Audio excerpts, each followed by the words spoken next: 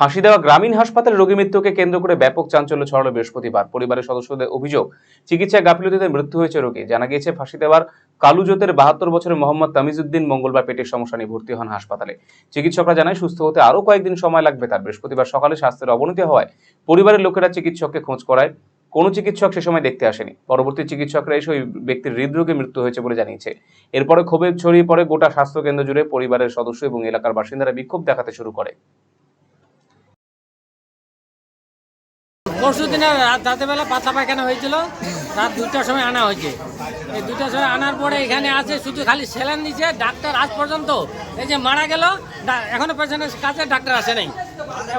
এখন আমি আসলাম, বললাম যে পেশেন্ট আমার খুব ছটফট করে, ঠিক আছে 3 দিন লাগবে ঠিক হইতে বলে। আমাকে বলতেছে 3 দিন লাগবে তোমার ঠিক হইতে।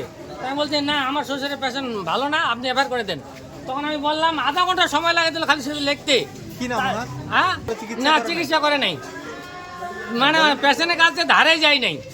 এখন আমি বললাম যে আপনি পেশেন্টের কাছে গেল না, এখন আইছে, এখন আসলো, যখন মারা গেল তখন পেশেন্টের কাছে আইছে। ওরা কোনো চিকিৎসা করে নাই, চিকিৎসার গাফিলতি।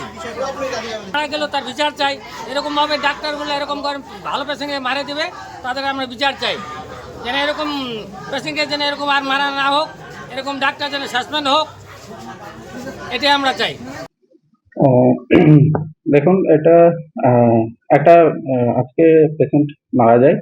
কালকে উনি ভর্তি ছিলেন এজি নিয়ে, বয়স্ক পেশেন্ট। তো আজকে ডেথ হয় ওনার। তো এরকম কোনো ব্যাপার নয় যে নেগলিজেন্স বা এরকম কিছু নয়। এজি নিয়ে ভর্তি হয়েছিলেন, সাডেন কার্ডিয়াক অ্যারেস্ট বা কার্ডিয়াক কন্ডিশন আন্ডারলাইন কিছু ছিল, তার জন্য সাডেন ডেথ ওনার হয়েছে। তো এতে নেগলিজেন্সের কোনো ব্যাপার এর মধ্যে নেই।